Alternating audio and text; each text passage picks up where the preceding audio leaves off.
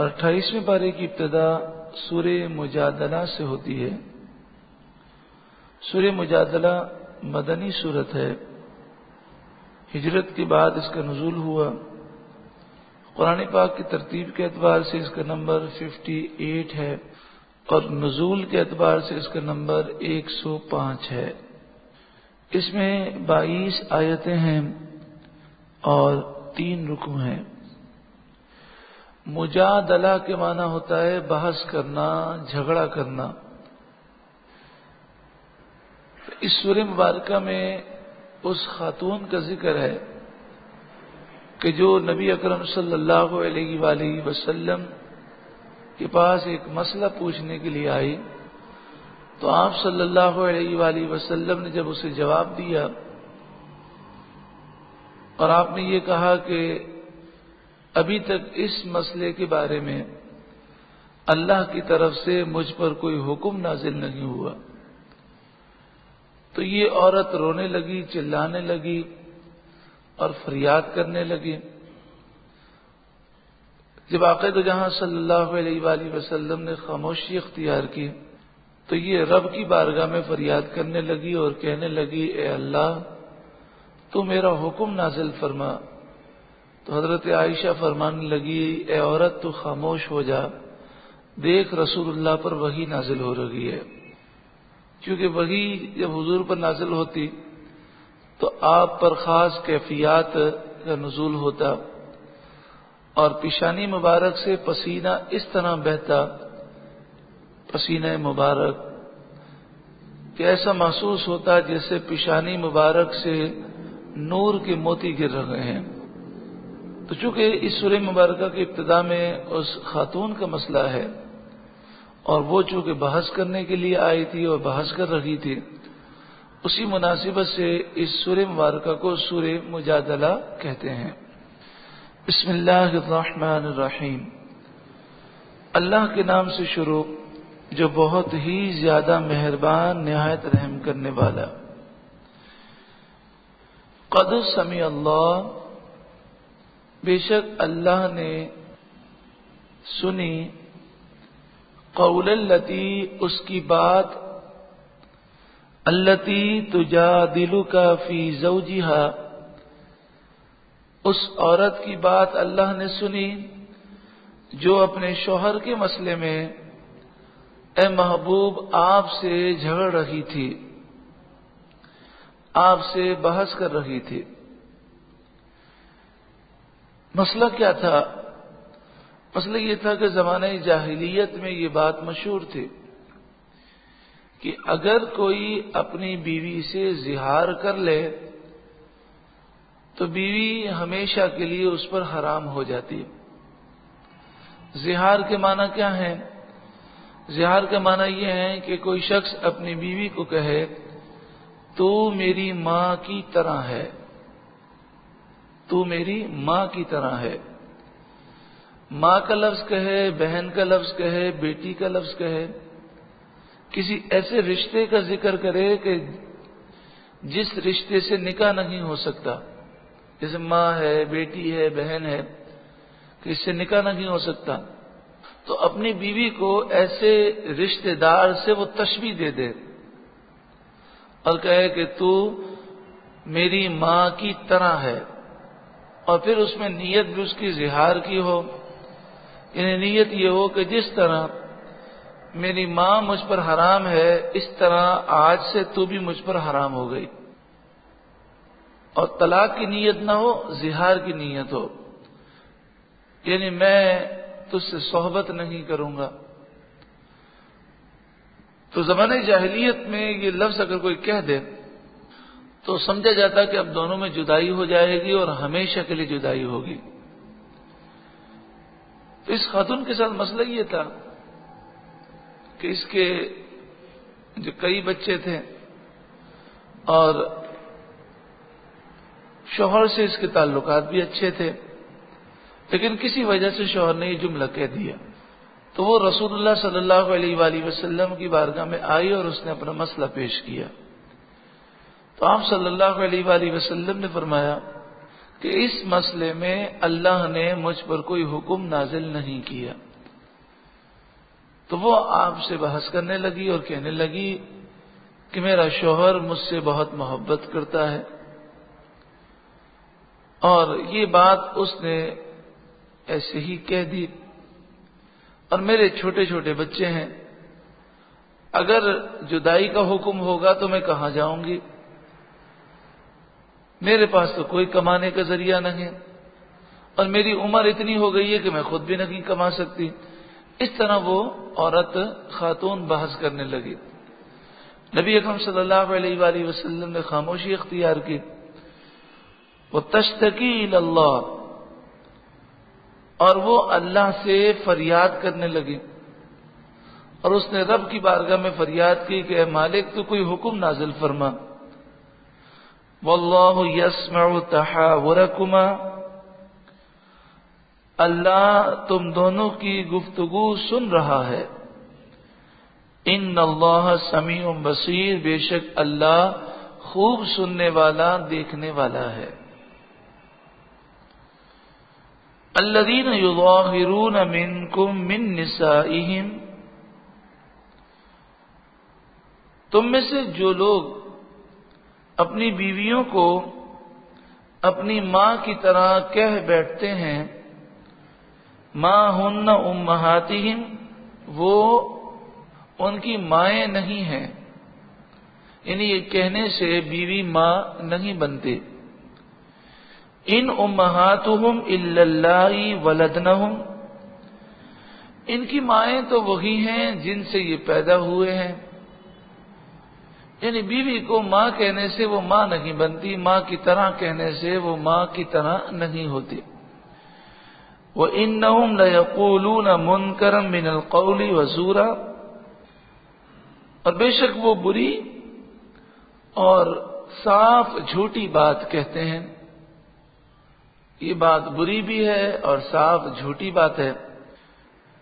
وَإِنَّ اللَّهَ لَعَفُوٌّ غَفُورٌ، اور بے شک اللہ ضرور معاف کرنے والا بخشنے والا ہے۔ اب اس بات کو اچھی طرح ذرا توجہ مزید سمجھ لیں۔ ایک ہوتا ہے اپنی بیوی سے یہ کہنا کہ تو میری ماں ہے، تو ماں ہے، تو میری بہن ہے، تو میری بیٹی ہے۔ اس جملے کے کہنے میں یہ صرف فضول اور جھوٹا جملہ ہے، لغو ہے، بیکار جملہ ہے۔ اس پر کوئی جرمانہ یا کفارہ لازم نہیں ہوتا۔ اگر بے خیالی میں کہہ دے تو کوئی حرج نہیں، یعنی گناہ نہیں ہوگا، اور جان بوجھ کر کہے تو یہ بہت بری بات ہے۔ تو اپنی بیوی کو ماں کہنا یا بیٹی کہنا یا بہن کہنا یہ جان بوجھ کر ہو تو یہ منع ہے، اور بے خیالی میں نکل جائے تو کوئی گناہ نہیں۔ دوسری صورت ہے لفظ طرح کہنا، تو میری ماں کی طرح ہے، یہ لفظ طرح لگا دے، تو میری بہن کی طرح ہے، تو میری بیٹی کی طرح ہے، یا اپنے محرم رشتہ دار کے کسی عضو سے تشبیہ دے، ایسے عضو سے تشبیہ دے جس کی طرف دیکھنا اس کے لیے جائز نہیں۔ مثلا کہے کہ تو میری ماں کی پیٹھ کی طرح ہے، تو اس صورت کے اندر جب لفظ طرح کہے گا اور زہار کی نیت ہوگی، یعنی جس طرح میں اپنی ماں سے قربت نہیں کر سکتا اس طرح میں تجھ سے قربت نہیں کروں گا، اگر یہ نیت ہوگی تو پھر زہار ہو جائے گا۔ زہار کے معنی یہ ہے کہ اب اس نے کہا کہ تو میری ماں کی طرح ہے، تو یہ جملہ کہنے کی وجہ سے اور زہار کی نیت کی وجہ سے اب ہوگا یہ کہ عورت تو اس کے نکاح میں رہے گی مگر وہ اپنی بیوی سے صحبت نہیں کر سکتا جب تک کہ وہ اس کا کفارہ ادا نہ کرے۔ وہ کفارہ کیا ہے؟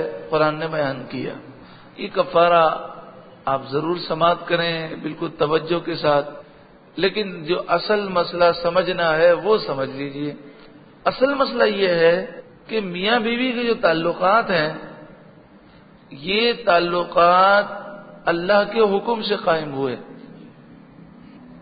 وہ عورت جو مرد کے لیے بالکل غیر تھی، اسے دیکھنا بھی حرام تھا، چھونا بھی حرام تھا، نامحرم عورت تھی، لیکن دو بول بولے گئے تو نکاح کی برکت سے وہ اس کے لیے حلال ہو گئی۔ تو جب دو الفاظ سے وہ حلال ہوئی ہے تو اب باقی جتنے بھی قوانین ہیں وہ شریعت کے مطابق دیکھنا پڑے گا۔ تو اس لیے میاں بیوی کے درمیان جو گفتگو ہوتی ہے، اس گفتگو پر یہ کہنا ارے چھوڑو مولویوں کی باتیں ہیں، تو اب دیکھیں اس نے کیا جملہ کہا ہے، تو میری ماں کی طرح ہے۔ صرف اس جملے کہنے کی وجہ سے وہ اس پر حرام ہو گئی جب تک کہ کفارہ ادا نہ کرے۔ اور یہاں نعوذ باللہ ہمیں ذالک طلاق بھی دے دیتے ہیں، اور سمجھاؤ تو کہتے ہیں ارے مولویوں کی باتیں ہیں، کچھ نہیں ہوتا۔ مولویوں نے دین کو بڑا سخت کیا ہوا ہے، کوئی دو الفاظ کہنے سے کیا وہ بیوی نکل جاتی نکاح سے؟ کیسی باتیں کرتے ہیں، بڑی عجیب بات ہے۔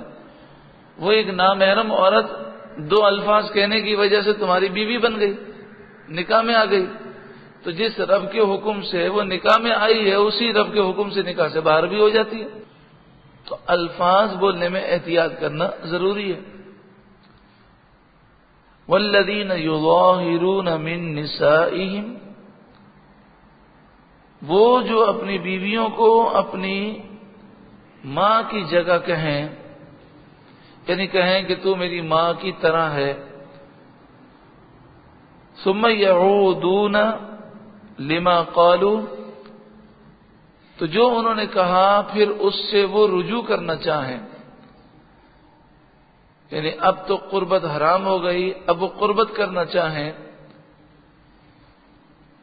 تو اب ان پر کفارہ لازم ہوگا، کفارہ ادا کرنا ضروری ہے۔ فَتَحْرِيرُ رَقَبَةٍ مِّن قَبْلِ أَن يَتَمَاسَّا، تو ان پر لازم ہے کہ زوجہ کو بیوی کو چھونے سے پہلے ایک غلام آزاد کریں، ایک غلام آزاد کریں چھونے سے پہلے۔ ذَلِكُمْ تُوعَظُونَ بِهِ، یہ ہے جو تمہیں نصیحت کی جاتی ہے۔ واللہ بما تعملون خبیر، اللہ تمہارے تمام کاموں سے باخبر ہے۔ فمن لم یجد فصیام شہرین متتابعین من قبل ان یتماسا، اور جو غلام آزاد کرنے کی طاقت نہ رکھتا ہو وہ ایک دوسرے کو ہاتھ لگانے سے پہلے 2 مہینے کے پے در پہ روزے رکھیں۔ کیا کفارہ ہے؟ 60 روزے رکھنے، اور ایک روزہ بھی بیچ میں چھوٹنا نہیں چاہیے، یہاں تک کہ اگر بیماری کی وجہ سے چھوٹ گئے تو پھر دوبارہ شروع سے 60 رکھنے ہوں گے۔ کس جملے کی وجہ سے؟ شوہر نے بیوی سے کہا کہ تو میری ماں کی طرح ہے، بس اس ایک جملے کی وجہ سے۔ لوگوں کو جب یہ کہیں کہ جناب آپ کا دیکھیں رکوع صحیح نہیں، سجدہ صحیح نہیں، نماز نہیں ہوئی، آپ کا وضو صحیح نہیں ہے، ارے چھوڑو یہ ملاؤں کی باتیں، کچھ نہیں ہوتا ہے نا، دین کو سخت بنایا ہوا ہے۔ تو یہ قرآن ہے۔ صرف اس ایک جملے کی وجہ سے اب وہ حلال چیز حرام ہو گئی، اور اسے حلال کرنے کے لیے 60 روزے رکھنے ہوں گے، اور کیا فرمایا؟ متتابعین، پے در پہ رکھنے ہیں، من قبل ان یتماسا، ایک دوسرے کو ہاتھ لگانے سے پہلے۔ اور پے در پہ کے معنی کیا ہے؟ ایک روزہ بھی بیچ میں بیماری کی وجہ سے بھی چھوٹ گیا تو دوبارہ شروع سے 60 رکھیں۔ حج پر لوگ جاتے ہیں، اتنی غلطیاں کرتے ہیں۔ اب مسئلہ بتائیں جناب، یہ تو دم لازم آ گیا جی۔ دم کیا ہوتا ہے؟ ایک بکرا آپ کو حرم میں ذبح کرنا ہوگا۔ بکرا کتنے کا؟ 400 ریال کا۔ ارے چھوڑو یہ ملاؤں کی باتیں، اتنی کوئی سختی ہوتی ہے دین کے اندر؟ اتنی سی غلطی پر 400 ریال خرچ کرنے پڑیں گے؟ اللہ غفور رحیم ہے، تو آپ گھر پہ بیٹھے رہیں پھر بھی اللہ غفور رحیم ہے۔ حج کریں ہی نہیں، نماز نہ پڑھیں، وہ اس کے باوجود بھی غفور رحیم ہے۔ لیکن اصول جو ہیں اس اصول پہ تو چلنا ہے. یہ سب شیطانی وسوسے ہیں. عورت کے لیے ضروری یہ ہے کہ اس کا جب وہ نماز پڑھے تو اس کا پورا جسم ڈھکا ہوا ہونا چاہیے. صرف اس کی ہتھیلی، ہاتھوں کی ہتھیلی کھلی ہوئی ہو، پاؤں کے پنجے کھلے ہوئے ہوں تو حرج نہیں، اور چہرہ کھلا ہوا ہو تو حرج نہیں. اور چہرہ بھی کتنا، بال نہیں کھلے ہوئے ہوں، بال نہ کھلے ہوئے ہوں، کان نہ کھلے ہوئے ہوں، گلا گدی نہ کھلی ہوئی ہو، لباس باریک نہ ہو. اب یہاں عورتوں کا حال کیا ہے؟ پورا جو کان کھلا ہوا ہوگا، پیچھے سے بال لٹکے ہوئے ہوں گے. ہم اپنے گھر کی بات کریں، گھر کی عورتوں کا یہ حال ہے. بال پیچھے سے لٹک رہے ہیں، یا چادر باریک ہے اور بالوں کی رنگت نظر آ رہی ہے، یا ہاتھوں کی کلائیاں کھلی ہوئی ہیں. ان کو سمجھائیں تو کہتے ہیں ارے نماز نہیں ہوتی، تم کون ہوتے ہو نہیں ہوتی کہنے والے، اللہ قبول کرے گا. تو جس رب پر ہمیں بھروسہ ہے وہ وہی قبول کرے گا. اسی نے تو یہ اصول مقرر کیا کہ نماز شرائط کے ساتھ پڑھنی ہے. اور نماز کی پہلی شرط کیا ہے؟ ستر عورت. تو اس صورت میں عورت کی نماز شروع ہی نہیں ہوتی. لیکن نہیں سمجھتے لوگ. یہ ایک مسئلہ نہیں، ہر مسئلے میں یہی حال ہے. یہ سب شیطانی وار ہیں. تبھی تو آپ دیکھیں نہ نماز کی برکتیں ہمیں وہ ملتی ہیں، نہ حج و عمرے کی برکتیں ملتی ہیں، نہ ہمیں وظائف کی وہ برکتیں ملتی ہیں. اگر اصول کے مطابق کیا جاتا تو اس کی برکتیں ملتی ہیں. اللہ دین کی سمجھ عطا فرمائے. فَمَن لَّمْ يَجِدْ فَصِيَامُ شَهْرَيْنِ مُتَتَابِعَيْنِ مِن قَبْلِ أَن يَتَمَاسَّا. میں آپ کو ایک سچا واقعہ سناؤں. اور الحمدللہ جتنے واقعات سنائے جاتے ہیں وہ سارے واقعی واقعات ہوتے ہیں، کوئی من گھڑت بنائے ہوئے نہیں ہوتے. یہ یعنی اس فیملی کو میں جانتا بھی ہوں. ہوا یہ کہ میاں بیوی کے درمیان لڑائی ہوئی تو شوہر نے بیوی کو کہا یعنی 3 طلاقیں دے دیں. اب صبح ہوئی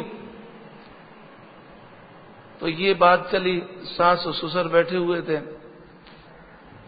تو اس عورت نے یہ کہا کہ بھئی میں تو اب جو میکے جا رہی ہوں، اس نے مجھے 3 طلاق دے دیں. تو اس کے باپ نے بلایا اس کو، بھئی کیا بات ہے؟ بولا ہاں میں نے دی ہے 3 طلاقیں. تو اس موقع پر وہ ناشتے کی یعنی دسترخوان پر کیا کہتا ہے اس کا سسر؟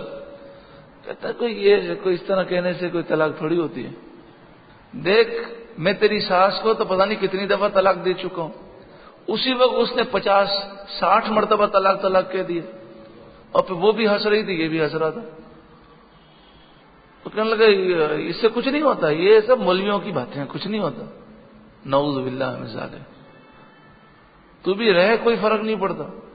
اب بتائیے جب اللہ اور اس کے رسول کے حکم سے بغاوت ہو اور باقاعدہ انسان باغی بن جائے تو پھر اللہ کا غضب ہی نازل ہوگا.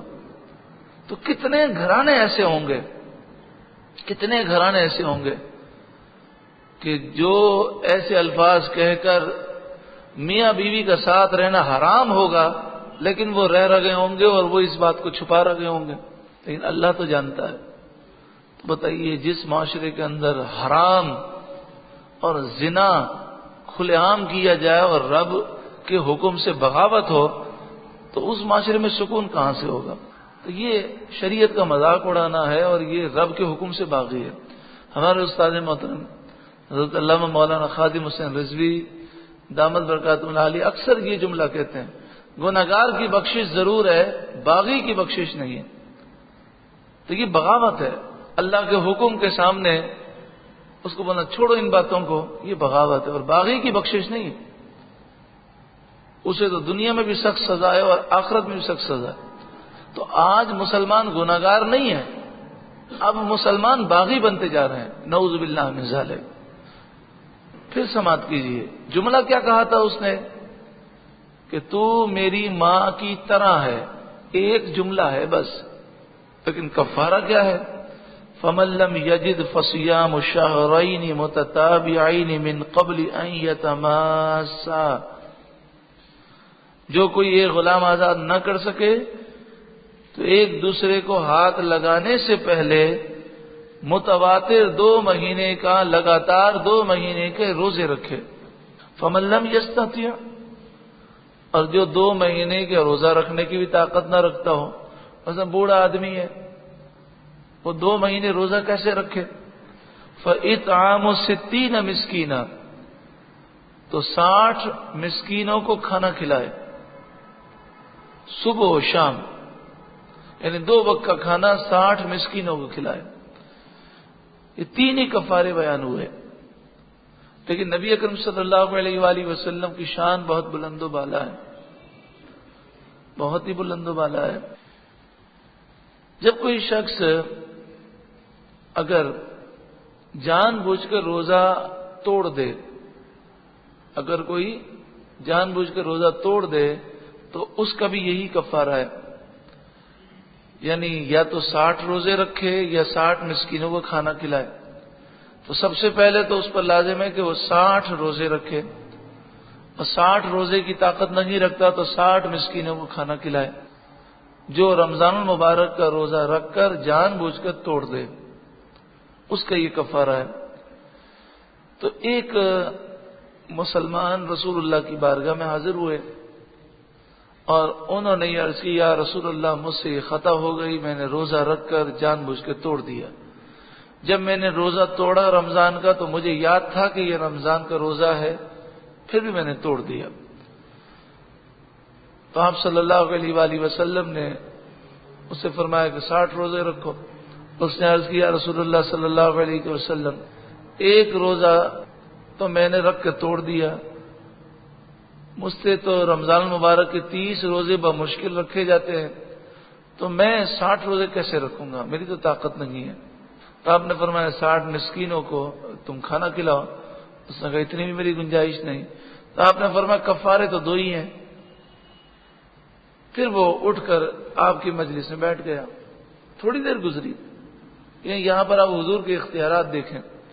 تھوڑی دیر گزری تو ایک صحابی حاضر ہوئے اور انہوں نے کھجور کا ٹوکرا حضور کی بارگاہ میں پیش کیا. تو نبی اکرم صلی اللہ علیہ وآلہ وسلم نے فرمایا وہ مسئلہ پوچھنے والا کدھر ہے؟ تو وہ شخص حاضر ہوا. تو آپ نے فرمایا یہ کھجور کا ٹوکرا لے جاؤ اور اسے مدینے کے غریبوں میں تقسیم کر دو، تمہارا کفارہ ہو جائے گا. تو وہ کہنے لگا، یا رسول اللہ پورے مدینے میں مجھ سے زیادہ کوئی غریب نہیں، میرے گھرانے سے زیادہ کوئی غریب نہیں. تو آپ مسکرانے لگے اور فرمایا جاؤ اپنے بچوں کو کھلا دو، تمہارا کفارہ ادا ہو جائے گا. یعنی وہ آیا تھا جرم کر کے. تو نبی اکرم صلی اللہ علیہ وآلہ وسلم نے اس کا کفارہ کیا مقرر کیا آخر میں کہ یہ کھجور کا ٹوکرا لے جاؤ اور اپنے بچوں کو کھلا دو، تمہارا کفارہ ادا ہو جائے گا. یہ صرف اور صرف حضور کی شان ہے. ذالک لتؤمنوا باللہ ورسولہ، یہ اس لیے کہ تم اللہ اور اس کے رسول پر ایمان رکھو. وتلک حدود اللہ، اور یہ اللہ کی حدیں ہیں. وللکافرین عذاب علیم، اور کافروں کے لیے دردناک عذاب ہے. ان الذین یحادون اللہ ورسولہ، بے شک وہ لوگ کہ جو اللہ اور اس کے رسول کی مخالفت کرتے ہیں، کبتو، وہ ذلیل کیے گئے، وہ رسوا ہوں گے، وہ برباد ہوں گے. کما کبت الذین من قبلہم، جیسے ان سے پہلے لوگ ذلیل و رسوا ہوئے. وقد انزلنا آیات بینات، اور بے شک ہم نے روشن آیتیں اتاری. وللکافرین عذاب مہین، اور کافروں کے لیے خواری کا عذاب ہے. یوم یبعثہم اللہ جمیعا، جس دن اللہ ان سب کو اٹھائے گا. فَيُنَبِّئُهُم بِمَا عَمِلُوا، پھر ان کے اعمال کی انہیں خبر دے گا. احصاہ اللہ ونسوہ، اللہ نے ان کے اعمال گن رکھے ہیں، لکھ رکھے ہیں، اور یہ گناہ کرنے والے بھول گئے ہیں. لیکن اللہ تعالی بھولنے سے پاک ہے. سارے اچھے برے اعمال سامنے ہوں گے. واللہ علی کل شیء شہید، اور ہر چیز اللہ کے سامنے ہے، اللہ ہر چیز کو جانتا ہے.